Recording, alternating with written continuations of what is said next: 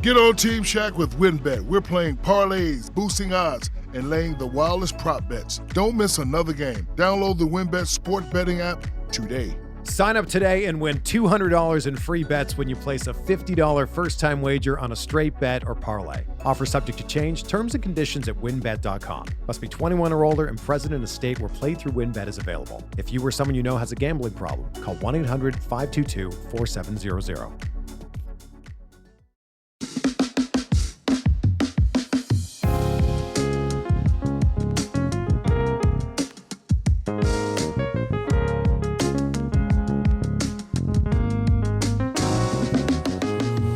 Hello and welcome to episode 178 of the Tennis Podcast, brought to you by the Blue Wire Podcast Network. My name is Nick. Every week, either me or my sidekick host bring a top 10-ish list, along with fun facts and trivia. The other person doesn't know what that list is ahead of time, and they try to guess the whole thing in real time, along with you, the beautiful folks at home. My sidekick host this week is Bernadette, host of the amazing true crime podcast, Murderific. Can I call you Bern? Bern is what people call me, yes. Okay, how you doing, Bern? I'm good. Thanks for having me. Of course, very excited to have you. Murderific, your podcast, covers local and worldwide cases, lesser-known cases, the missing, mass murders, domestic abuse. But I would love for you to give kind of a introduction to yourself and to your show so the listeners can, anyone that's not familiar with your show, they can get to know you a little bit better. Well, my name is Bernadette, and I'm from the state of Maine. So we cover a lot of Maine cases. Usually my co-host is either my husband or my sister. My other job, I'm a florist, and I set up weddings. That's amazing. Mm-hmm. And you're in the state of Maine. Yep. Remind me, which part of Maine? Near Portland. Near Portland. Mm-hmm. And have you made the pilgrimage up to Bangor to see Stephen King's house? I used to live in Bangor, so yes, I've been to Stephen King's house, and there's also Mount Hope Cemetery where some of Pet Cemetery was filmed. I've been there. I've actually been to the Pet Cemetery house in Maine also, which is amazing. I'm jealous. I've been to Maine once when I was a teenager, but I want to go again, and I didn't do any of the Stephen King stuff when I was there. So anyone listening knows I'm a big Stephen King fan, so one of these days I'll make it up there, and maybe you and I can get a coffee or something while I'm there. Road trip. Yeah. Obviously, the people listening, they know by now, based on the title of this episode, as well as my guest, we're going to be talking about true crime today. I will give a quick trigger warning. This episode will contain very uncomfortable topics like murder, kidnapping, and more. We won't go as in the weeds as a traditional true crime podcast. I'll keep it pretty high level, but some of that's just unavoidable, so I wanted to give some of our listeners a fair warning. Today, we're talking about the top 10, actually, no, the top 10-ish most searched true crime stories on Google in 2021. Interesting. I had to think about this a little bit because we're 6 months into 2022. There was some very famous new true crime cases in 2021, like Gabby, what's her name? Gabby. Yeah. Petito? Yes. Was that it? Yes. Yes.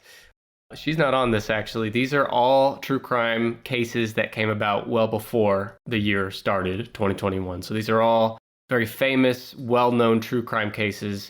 My source is, there's a blog post on edwardscurby.com.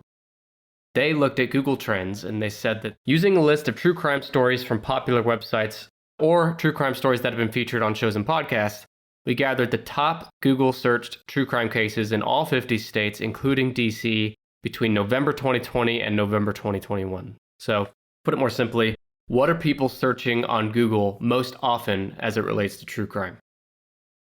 In addition to the top 9 is what I have, I also can tell you what each state, the people of each state are searching for most often. Well, I'm probably going to be way off. I was thinking 2021, but some things are just people think about all the time. Some true crime stories are just universal, yeah. Yeah, I didn't consider that when I should have thought of that when I told you the 2021 that you were thinking true crime cases that happened in 2021. My bad. It's what people searched in the year 2021. Yeah. From all of true crime history. Yeah. So, with that in mind, burn. Do you want to give a first guess of what you think people in the United States are searching for most often as it relates to true crime cases?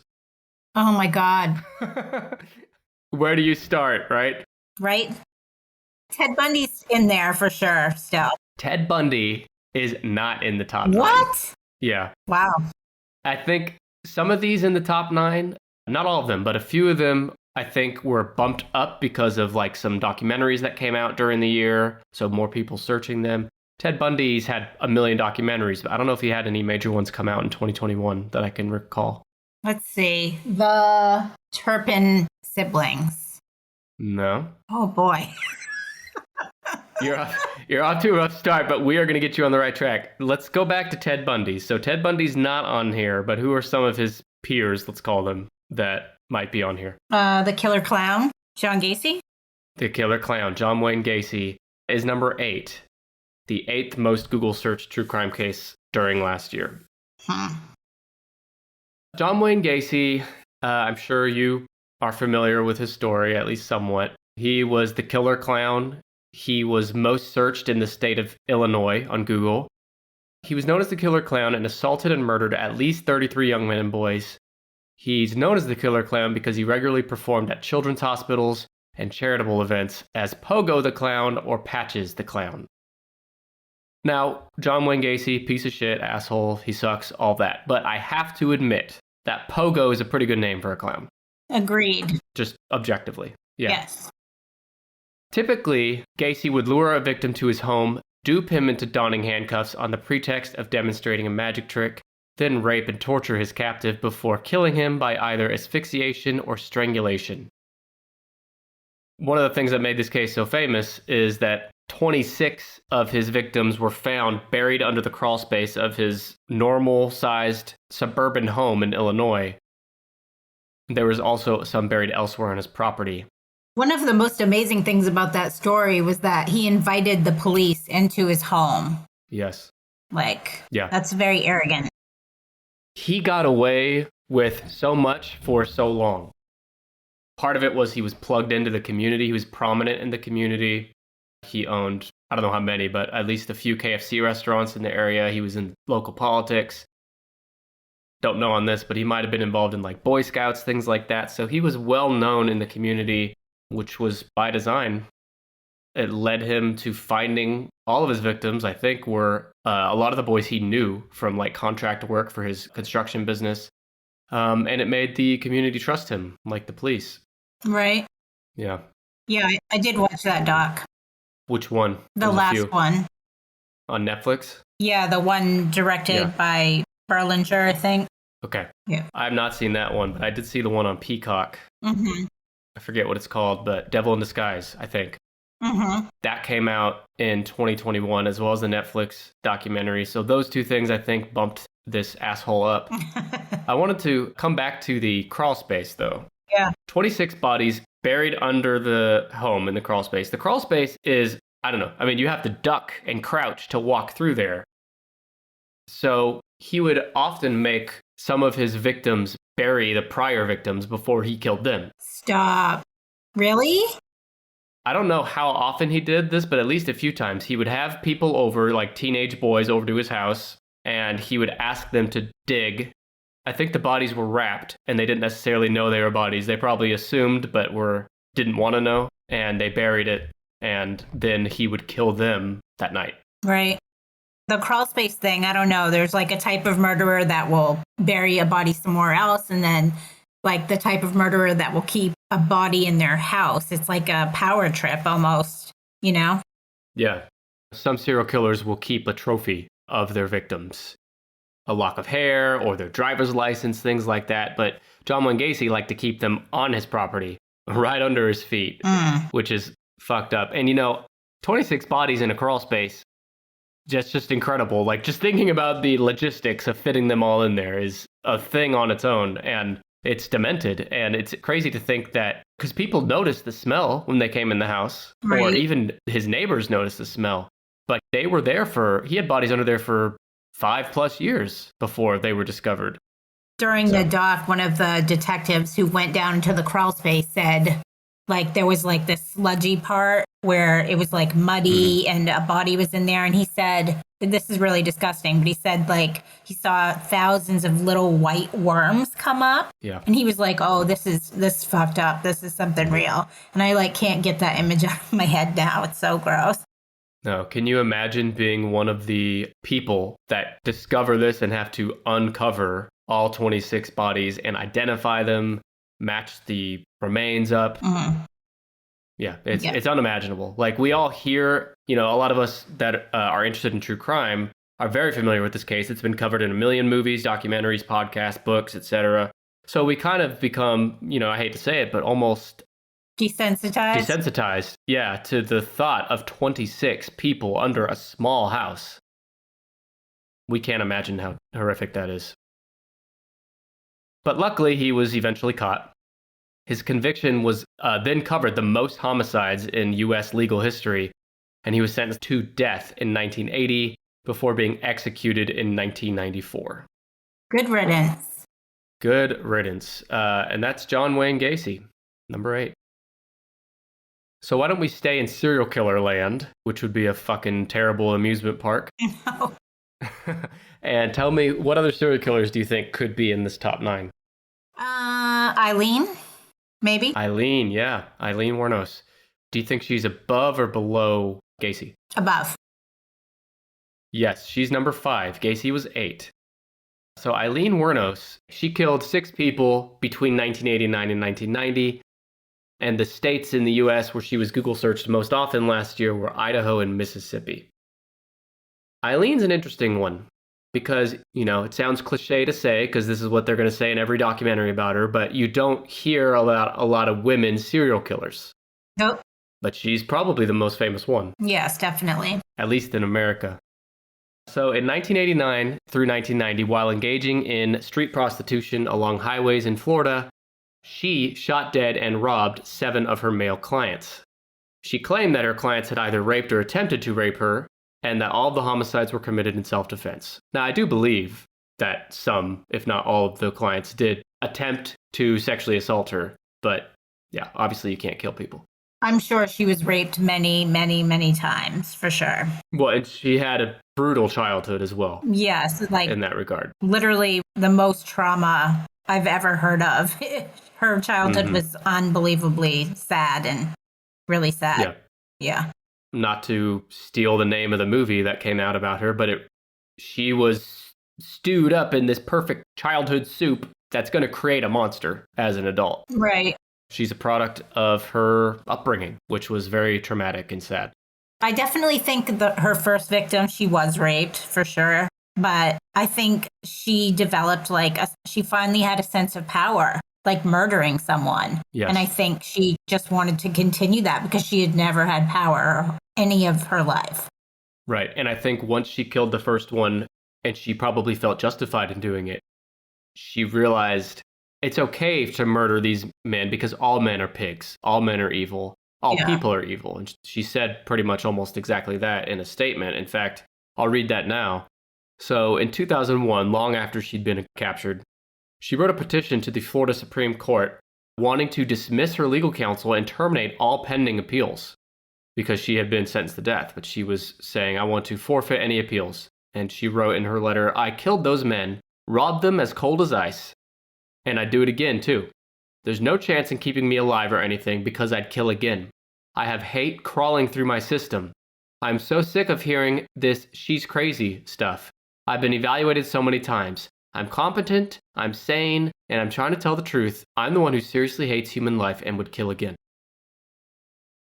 Well, she may have been sane at the time that she said that, but when she was put to death, she was not mentally well at all. No.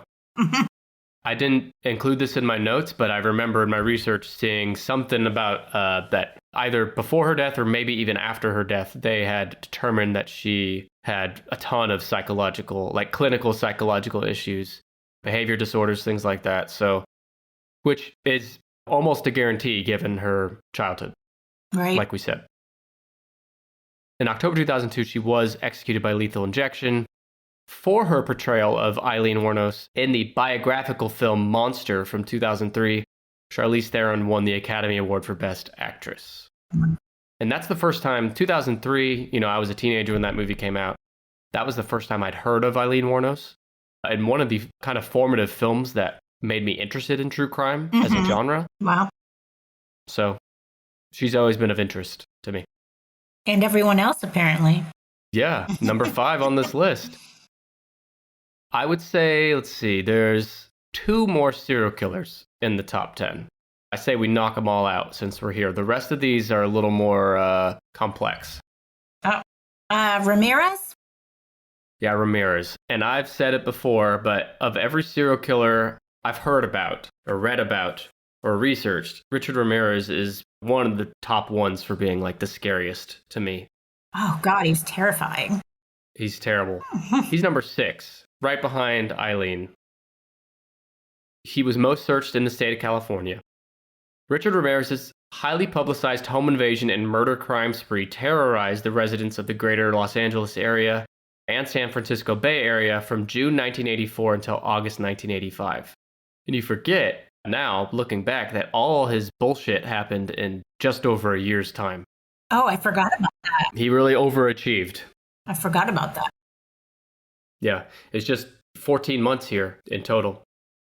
Ramirez, he used a wide variety of weapons and different murder methods, including handguns, knives, machete, tire iron, a claw hammer. And that's one of the things that made him so hard to identify, is usually a serial killer will develop an MO.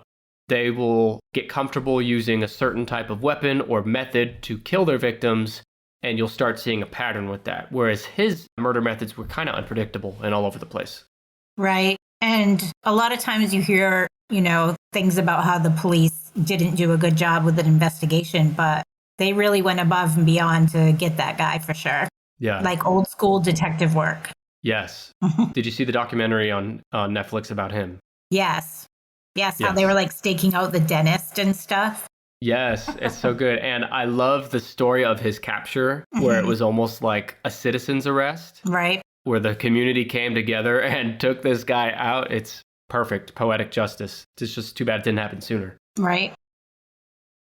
He enjoyed frequently degrading and humiliating his victims, especially those who survived his attacks, or whom he decided not to kill. And that's the other thing. He killed 13 people that we know of, but he raped or assaulted or beat a lot more people than that he let live.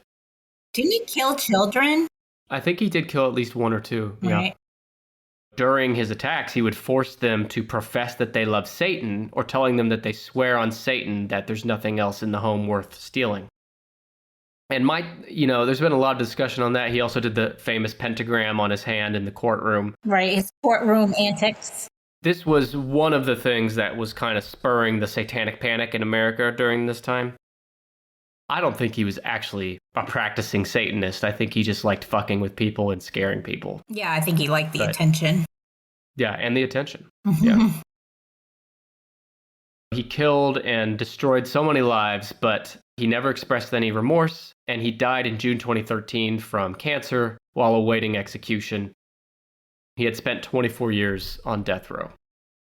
Richard Ramirez, for more on him, I just covered him recently on episode 161, the best true crime documentaries of the year. So you can listen to that for more. But Richard Ramirez is a son of a bitch. Bad teeth, too.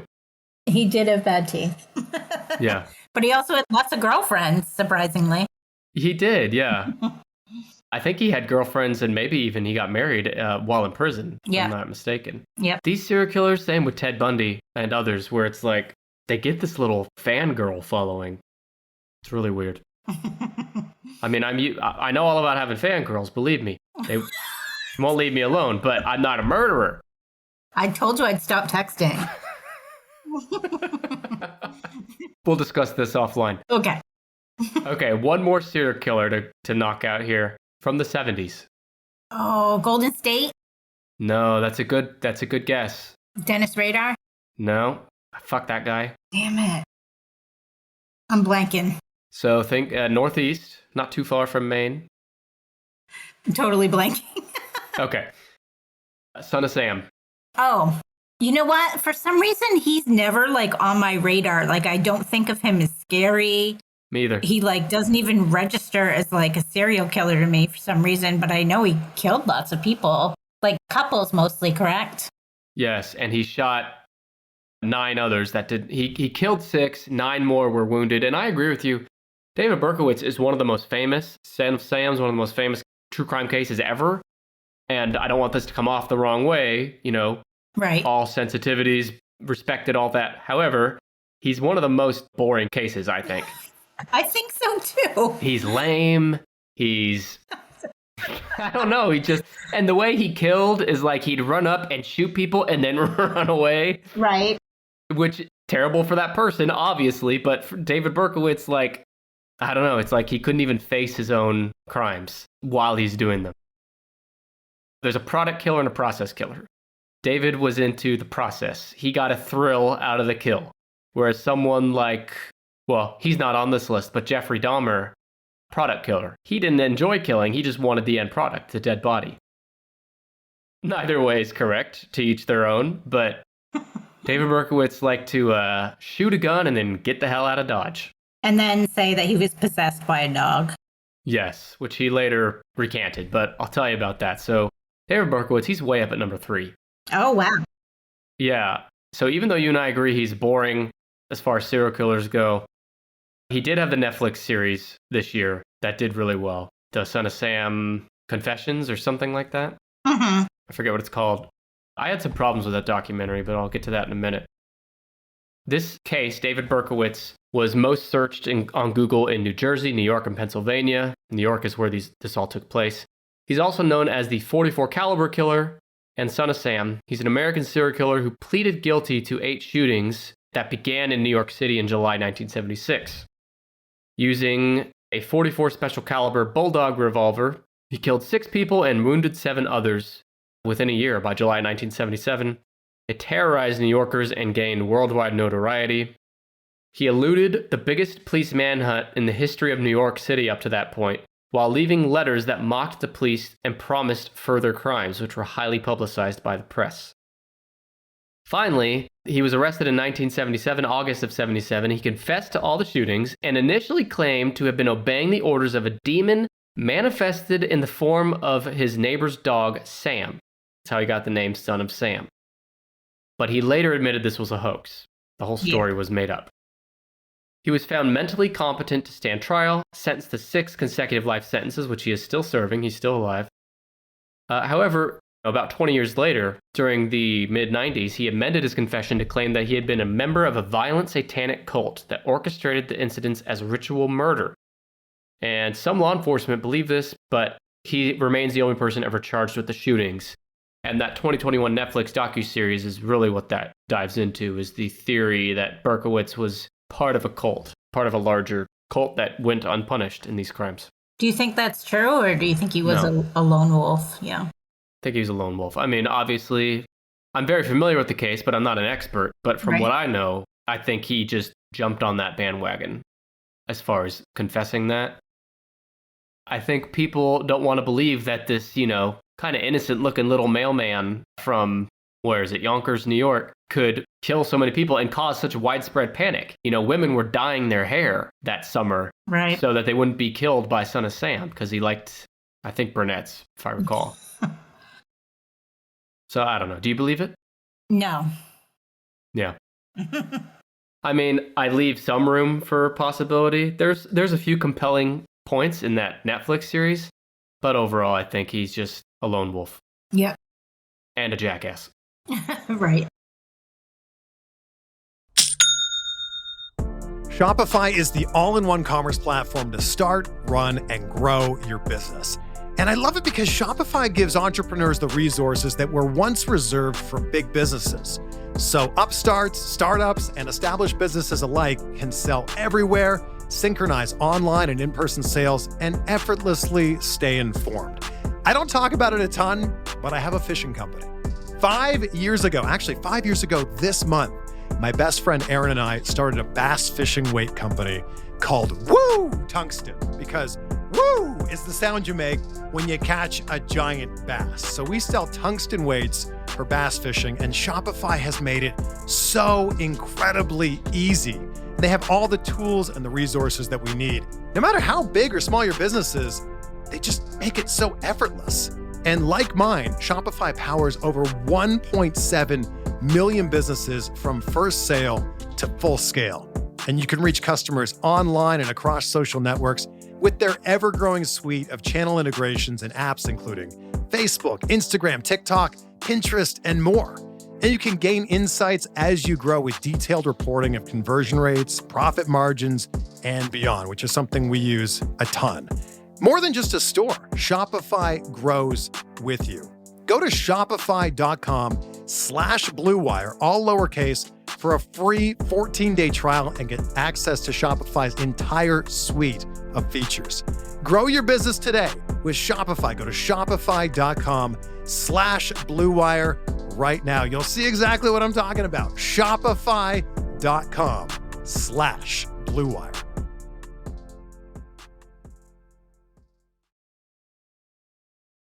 It's Nick here with a brief interruption to remind you that I care about you. I care about your health. And even more importantly, I care about my health. And our next sponsor has a product I use literally every day. I started taking AG1 because I do care about my health, but I don't have time to care about my health. I bet a lot of you can relate. But AG1 makes it easy. I've been on it for the last several weeks, and I love it. It doesn't taste super healthy, but it has a kind of mild tropical taste that I actually look forward to every morning that I take it. So what is this stuff? With just one delicious scoop of AG1, you're absorbing 75 high-quality vitamins, minerals, whole food source superfoods, probiotics, and adaptogens. Yes, adaptogens, to help you start your day right. This special blend of ingredients supports your gut health, your nervous system, your immune system, your energy, recovery, focus, aging, podcast listening, all the things. I'm not a big coffee drinker. AG1 gives me energy every morning. It's how I start my day. It also helps support my mental clarity and alertness so I can get through these long recording sessions for you. And you know what else? It costs you less than $3 a day. You're investing in your health, and it's cheaper than your cold brew habit. But don't take my word for it, even though I know you will. Athletic Greens has over 7,000 five-star reviews. But let's get to the good stuff. Right now, it's time to reclaim your health and arm your immune system with convenient daily nutrition. It's just one scoop in a cup of water every day. That's it. No need for a million different pills and supplements to look out for your health.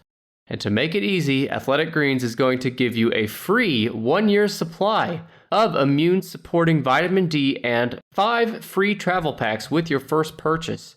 All you have to do is visit athleticgreens.com/emerging. Again, that's athleticgreens.com/emerging. EMERGING.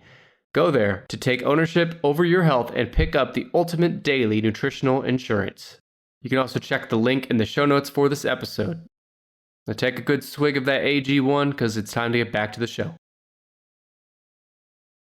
Let's leave serial killer land. We're going to close the door on that amusement park and never come back. There are some other true crime cases that I've never covered on this show. Well, that's not true. 2 of them I have. And I was looking through your episode catalog. I don't think you've covered these either. They're all famous, they're all well known, but neither of us have covered them. So, that in mind, give me another guess. Eliza Lamb? Great guess. She was on the list, but not in the top 9. She was a little higher. Oh. Eliza Lamb. Give me like your 30-second elevator pitch version on what you think happened to her. Oh, God. Oh, my God. Where do you start? I know. I think she was having some sort of psychiatric episode and somehow got into the water container. Yeah. Yeah, I do too. And that's the end of it. That's what I think. Totally agree. If you were to summarize it all, I think that's what happened. That said, the footage of her in that elevator haunts me. It's such super creepy, traumatic thing to watch. And it looks very much like there's someone out in that hallway. But I believe it's just her having a psychotic break, unfortunately. Yeah. Okay, so she's not in the top 9. All right. JonBenét. JonBenét, I was sure JonBenét Ramsey would be in the top 9, but she's not. She was the most searched case in Kentucky, though, but not enough to get in the top 9. Casey Anthony. Casey Anthony, yes. Yes. Casey Anthony is way up here. In fact, she's number 1. What? Awesome. Yeah. Number 1 most Google search case. Awesome, but not awesome. Yeah. I talked about this case recently on episode 166, where we covered the most watched TV trials. She was on that list. And when I was researching her case then and for today's episode, I just still can't believe that she got away with this. She had a hell of a defense team, I'll tell you that. I mean, basically, what the case proved is that if you get rid of a body for long enough and you can't tell how someone died, your chances of getting away with it greatly improve, Yeah. So and if you distract a jury with things lies. that aren't relevant to the case. Yeah. And lies. Yeah. Well, the death of Kaylee Anthony. She was a 2-year-old American girl who lived in Orlando, Florida with her mother, Casey Anthony, and her maternal grandparents, George and Cindy Anthony. This was in 2008. In July of that year, she was reported missing in a 911 call made by her grandmother, Cindy, who said she had not seen Kaylee for 31 days. I don't understand. If my 2-year-old was missing for a half hour, I would have called. I mean, I don't know if I'd call the police, but I don't know. It just depends. But I would be freaking out. Yeah. 31 days, she finally calls the police. And she said she hadn't seen her granddaughter, Kaylee, for 31 days, and that her daughter, Casey's car smelled like a dead body had been inside it, which she later took back in court. Yeah. Casey Anthony, the mother, she lied to detectives, telling them that Kaylee had been kidnapped by a nanny, Zanny the nanny, the prior month, and that she had been trying to find her, but too frightened to alert the authorities. She was charged with first-degree murder in October and pleaded not guilty. There's no body at this point. Finally, in December of that year, this is 5 months after reported missing, 2-year-old Kaylee's skeletal remains were found with a blanket inside a laundry bag in a wooded area not far from the Anthony home. I mean, I'm skipping over a lot of stuff here. And that's true for all these cases. Just because of time and we're covering so many, I can only give the highlights or lowlights, depending on how you look at it. But wasn't where Kaylee's body was found, they had searched before, which is, in fact, that's a little bit scary to me, is that they searched and then later Kaylee's body was found there. I'm having trouble remembering. That could be. Yeah. But it's, if I'm remembering, the body was believed to have been in the car for a long time, Casey's car. Yeah. Because it smelled like a dead body, and I think she didn't know what to do with it. She was a very impulsive, young woman. I think she was in her early 20s when all this happened. And she was a pathological liar as well. Yeah. She told police... Yeah, go ahead. I think that she believed her child was holding her back from life. Absolutely. Yeah. Yeah, and I think Zanny the nanny... I mean, it doesn't take an expert to theorize that Zanny the nanny is Xanax. Right. And that was her nickname for giving Xanax to Kaylee to kind of put her to sleep for a few hours so that Casey could go out and go to the club or hang out with her friends or whatever she wanted to do without worrying about being a mother. And she gave Kaylee too much, probably on accident, but who knows? Yeah. Then freaked out, didn't know what to do about it. I don't know. There's so much that doesn't add up. I still can't get over the grandparents not telling anyone for 31 days. Well, I think that she was putting her parents off too. She was saying, oh, Kaylee's here, Kaylee's there. She was like avoiding them also. So no, that's definitely true. But after a weekend or two, I'm like, okay, where is Kaylee? My granddaughter's been here every day of her life for 2 years, and now she's not here for a month. I'll move on, though. It's just weird. So the prosecution sought the death penalty for Casey Anthony, alleged what you said, that she wished to free herself from parental responsibilities and murdered her daughter by administering chloroform and applying duct tape. But the defense team, led by Jose Baez, contended that Casey lied about this and other issues because of a dysfunctional upbringing, which they said included sexual abuse by her father. Now, they never mentioned that again. There was no proof ever brought forth in the trial of that. I think it was purely done to distract and deflect from what really happened here. for sure.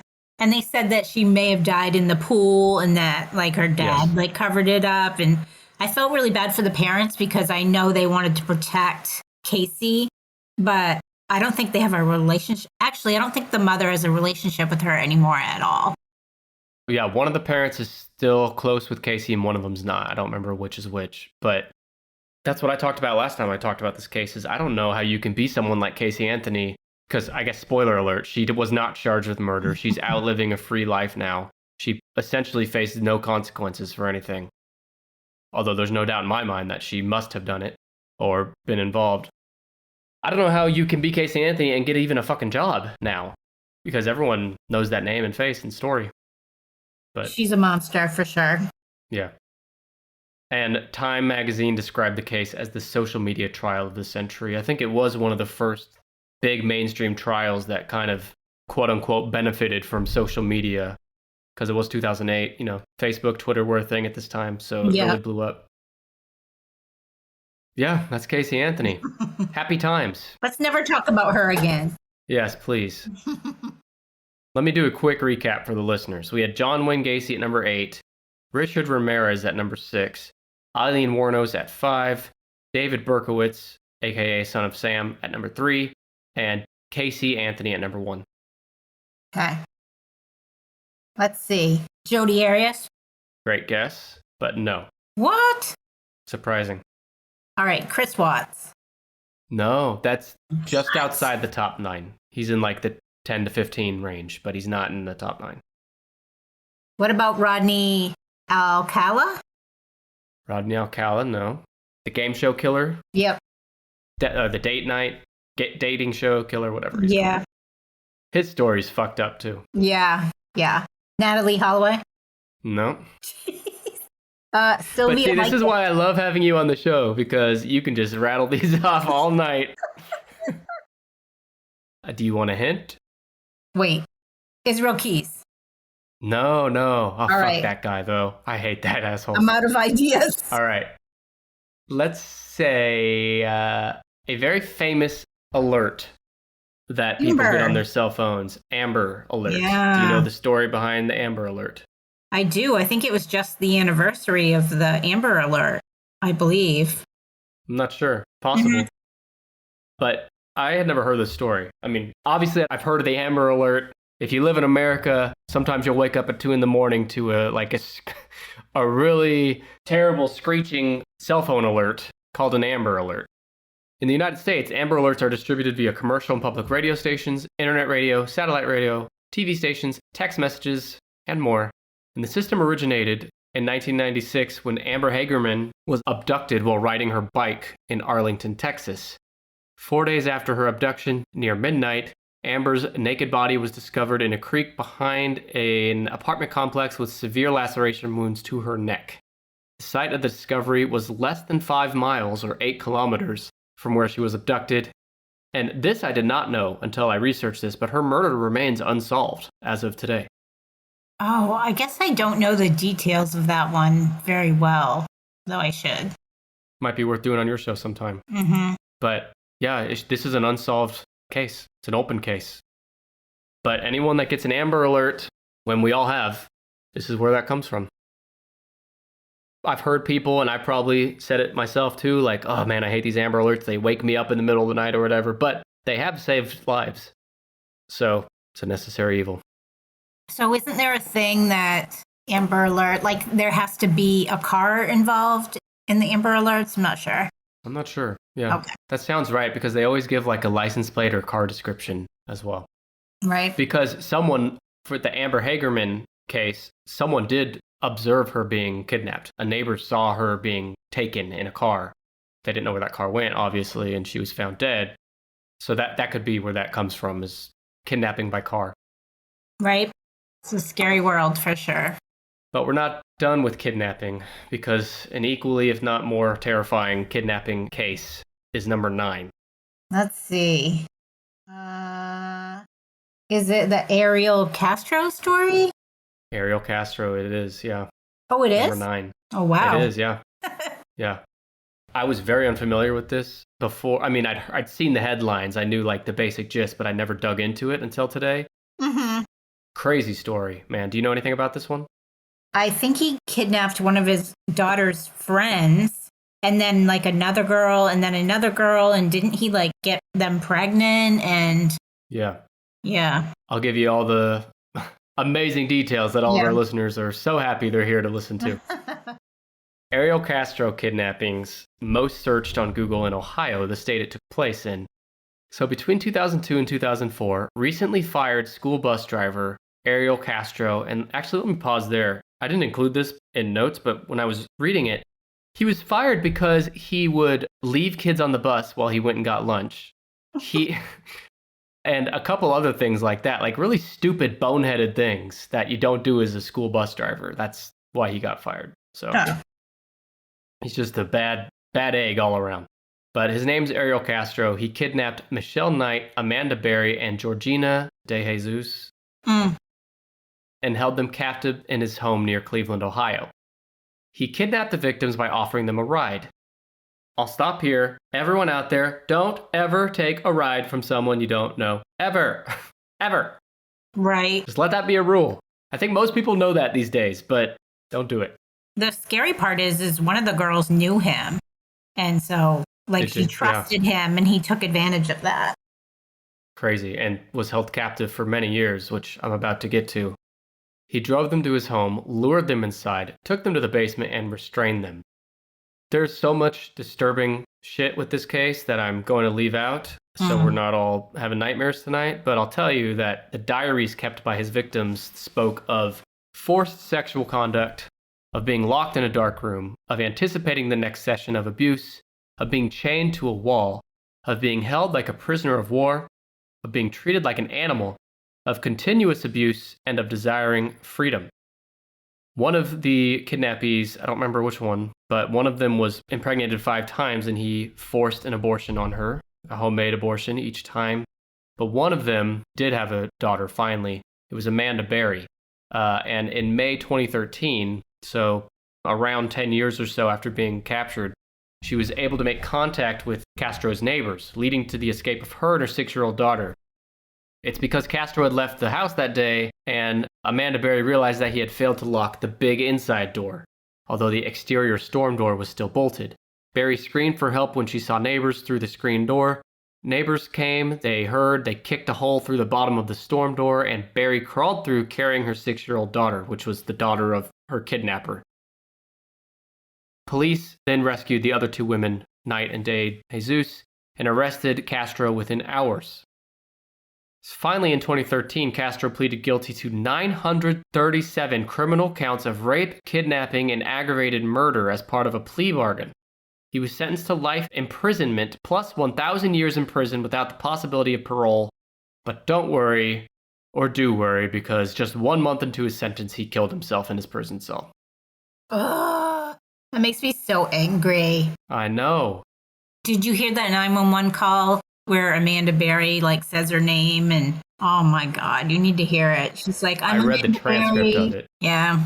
Yeah, and I think she says something like, I'm free now, something like that. Yeah. Like, it's another thing, I kind of mentioned it with John Wayne Gacy, where we hear the story so many times we become desensitized to the brutal details of it. But in this case, can you imagine being kidnapped against your will? Not just kidnapped, but held captive and tortured, and sexually, physically, emotionally, for 10 years.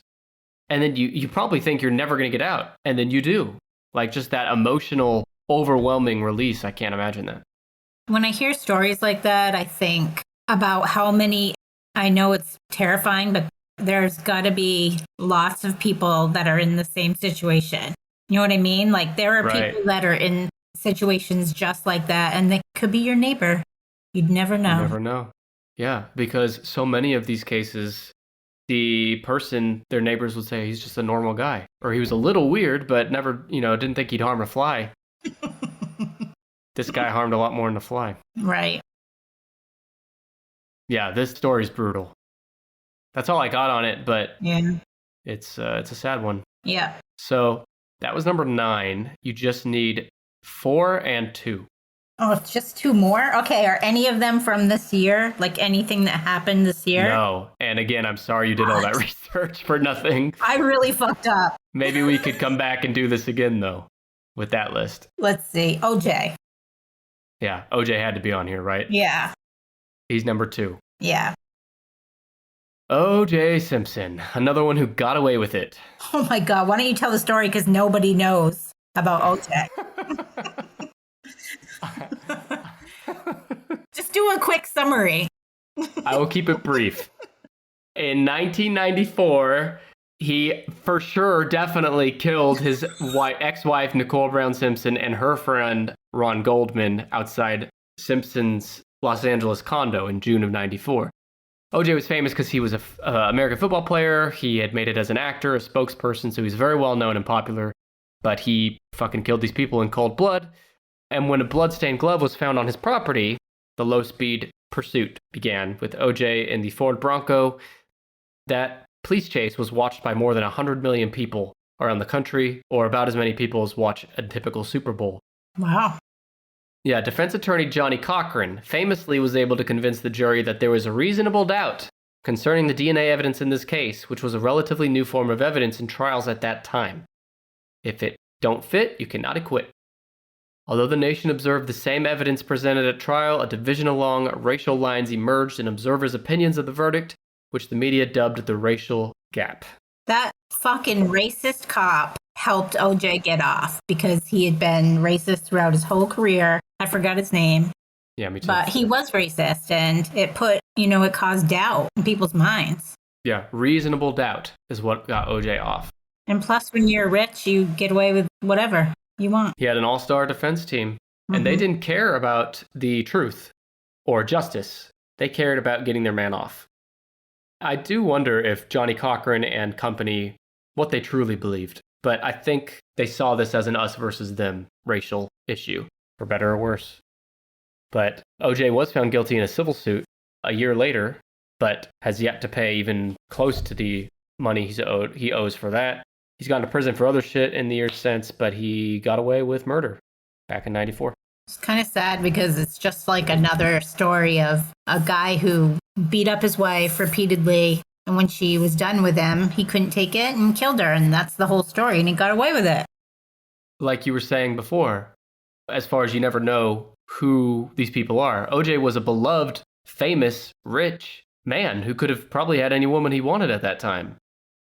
And he felt he had to do this. Right. He didn't even do... he needs to listen to some true crime podcasts like Murderific and get away with murder 101. He did not take that course because he made every mistake you can make. I think he was just arrogant and thought, I'm OJ Simpson. I don't need to be careful. I think he was angry and did something, very rash and wasn't thinking about the consequences. Yeah. Or didn't care about the consequences. Or both. Yeah. But if your nickname's the Juice, it's a bad omen anyway. I haven't met anyone named the Juice that I like so far in my life. Me either. Have you? No. Okay. Well, Bern, you got just one left. It's number 4. The Zodiac. Oh, that's a serial killer. No. Yeah, no serial killers. This is a, let's see, what's a hint that won't give it away? It's a family crime. Don't know. Does the name Richardson family mean anything to you? You know what? I've heard about that case. I literally don't know anything about it. That was the same for me, but apparently it's big in some places. This happened in 2006. This story is pretty wild. So in April of 2006, the bodies of husband Mark Richardson and wife Deborah, both in their 40s, were found in the basement of their home. And the body of their son, Tyler, who was just 8 years old, was discovered upstairs. Absent from the home at the time was the 12-year-old daughter, Jasmine. For a time, it was feared that she might have also been a victim, but she was arrested the following day with her 23-year-old boyfriend, Jeremy Allen Steinke. Oh. Gives a new meaning to doing the Steinke leg. This guy, Jeremy Allen Steinke, 23, was dating a 12-year-old. Oh, that's so gross. Do you condone that? Just so we have it on the record. It's not okay. Okay, we're on the same page. Also, were the parents trying to stop her from seeing that guy? Exactly. Yeah. According to friends of Jasmine Richardson's parents had punished her for dating this guy due to the age disparity. And I gotta say, this 23-year-old, I don't know, man. What are you doing? Just openly dating a 12-year-old? I don't know how he wasn't in trouble with like law at that time, but Yeah. according to his friends, he told them he was a 300-year-old vampire. So it gets weirder. Okay. Have you ever dated any 300-year-old vampires? No, I have a vampire for a tattoo, but no, I haven't dated any vampires in this life. In this life, okay. Maybe the next one. Mm-hmm.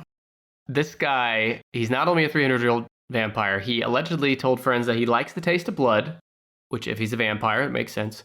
He also wore a small vial of blood around his neck. But who doesn't? Am I right? Some red flags. Yeah, exactly. He thinks he's a vampire. He's literally wearing blood on his neck, and he's openly dating a 12-year-old girl. Mm-hmm. And he's telling this 12-year-old girl, hey, we should kill your family. It'd be really romantic. They were both convicted on 3 counts of first-degree murder. Richardson, the 12-year-old who had turned 13 before being convicted, is thought to be the youngest person in Canada, this is a Canadian crime, ever convicted of multiple first-degree murder counts. And she was released from prison after 10 years. She's free now. That's Canada for you. Yeah. I don't know where I fall on that, like sentencing time. I'd be interested in your take on that, but real quick, like I said about Casey Anthony earlier, you're free, you're not guilty, or you did go to prison for 10 years and you're out. She's only 23 when she gets out. How do you start your life? You change your name. Yeah, you have to. And you leave Canada. Right. Oh, man. Where do you fall on that? If someone committed murder, should they get 10 years in prison or life in prison? I have a very unpopular opinion when juveniles commit crimes. I believe your brain is not fully functioning and you're less responsible than an adult.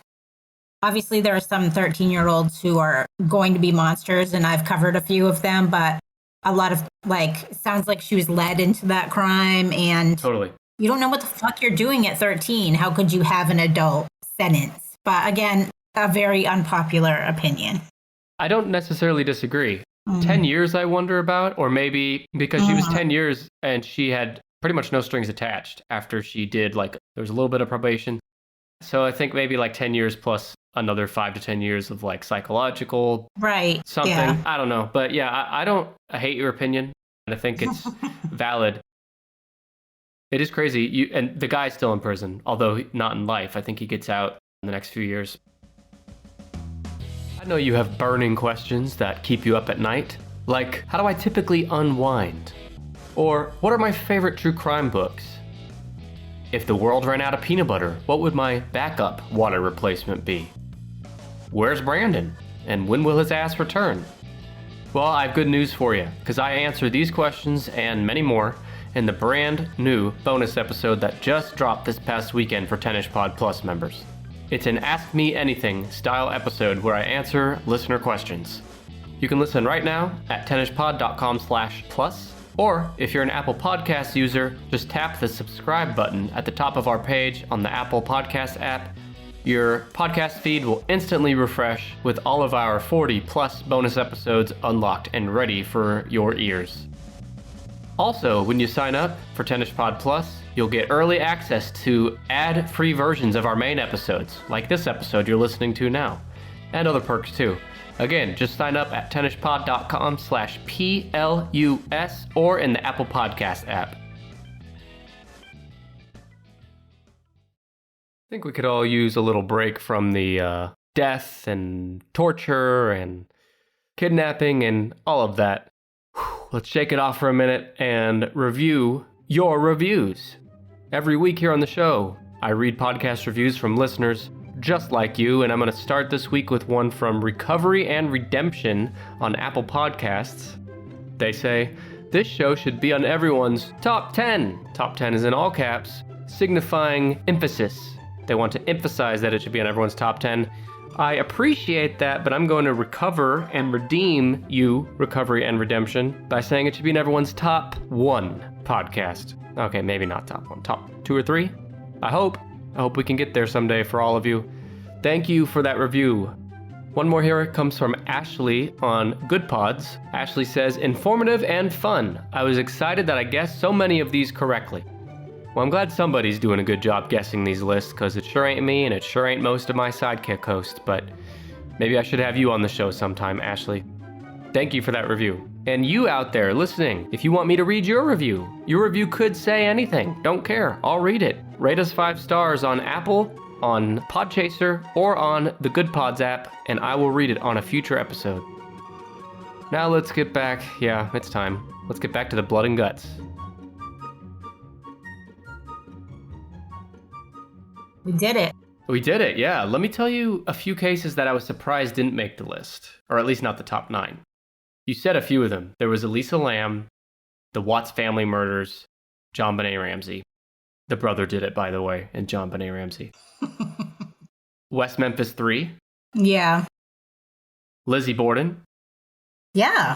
She's been popular this year. Yep. Black Dahlia. Always. JFK assassination. How is that not number 1, honestly? And then listener of the show up in Wisconsin, Ed Gein. Oh. As well. The original Leatherface. Interesting. Yeah. Let's go back through the top 9, though. So these are the most Google searched true crime cases of last year. Number 9, the Ariel Castro kidnappings. Number 8, John Wayne Gacy. Pogo the Clown, still a good name. John Wayne Gacy, still an asshole. Number 7, Amber Hagerman. Origination of the Amber Alert in America. Number 6, Richard Ramirez, the Night Stalker. Number 5, Eileen Wuornos. Number 4, the Richardson family murders, the one we last talked about. Number 3, David Berkowitz, the son of Sam. Number 2, O.J. Simpson murder case. He got away with it.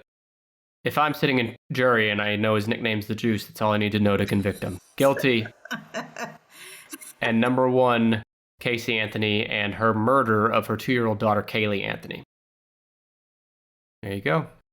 How do you feel? Do you feel like jumping for joy or doing jumping jacks after talking about all this stuff? Probably not. Talking about serial killers always gets me excited. Yeah, you and me both. But we're a rare breed, you and I. Yeah. Although maybe not. True crime podcasts are like the thing right now. So I know. We're not alone, but we make interesting conversation at parties. Well, I totally researched the wrong thing, but I held my own, so it's okay. You did great. And Bern, seriously, I hope we can do this again sometime, and maybe I can guess the list you researched, Yes. something like that. Let's do it. Yeah. Don't throw that away. We will not let that go to waste. Okay. But this was a ton of fun. I always love talking about true crime. I always get sad and depressed when I do it, but fucking I don't know what's wrong with me, but I still enjoy talking about it. Really fascinating.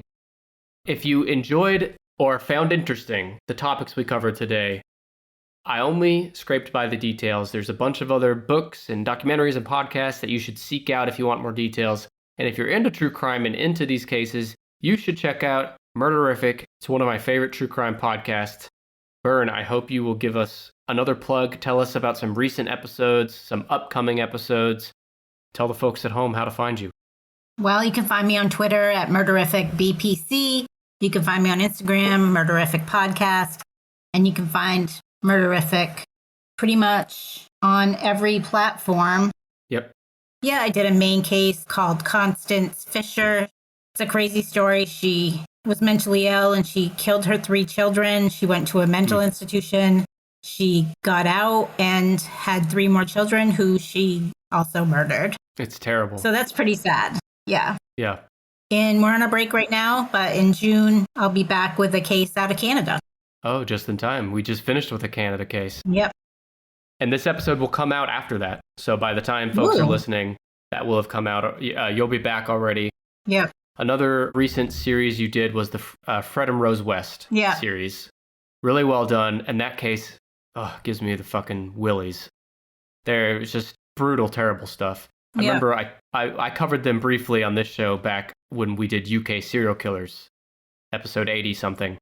And I was researching them for that. And yeah, I listened to your series and sad, but well done. So thanks for that. Yeah. It makes you think that some people are actually born to be serial killers. Yeah, they are pure evil. Seriously. Mm-hmm.